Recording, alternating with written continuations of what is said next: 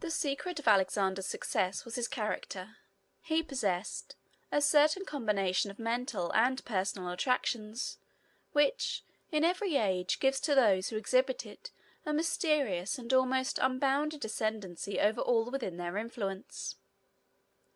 Alexander was characterized by these qualities in a very remarkable degree. He was finely formed in person, and very prepossessing in his manners. He was active, athletic, and full of ardor and enthusiasm in all that he did. At the same time he was calm, collected, and considerate in emergencies requiring caution, and thoughtful and far-seeing in respect to the bearings and consequences of his acts.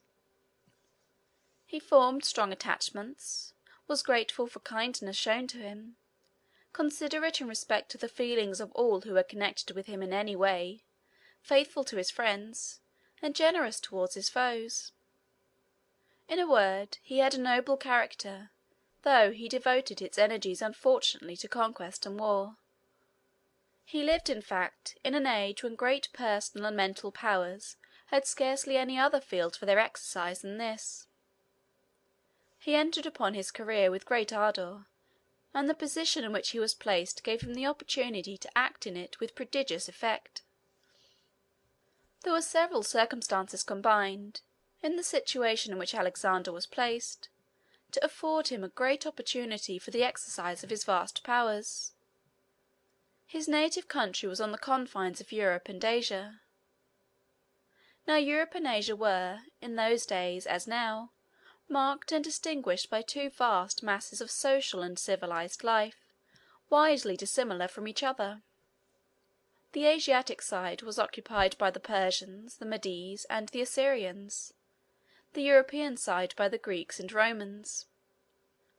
They were separated from each other by the waters of the Hellespont, the Aegean Sea, and the Mediterranean, as will be seen by the map.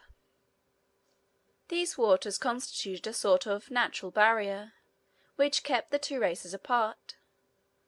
The races formed, accordingly, two vast organizations, distinct and widely different from each other, and of course rivals and enemies.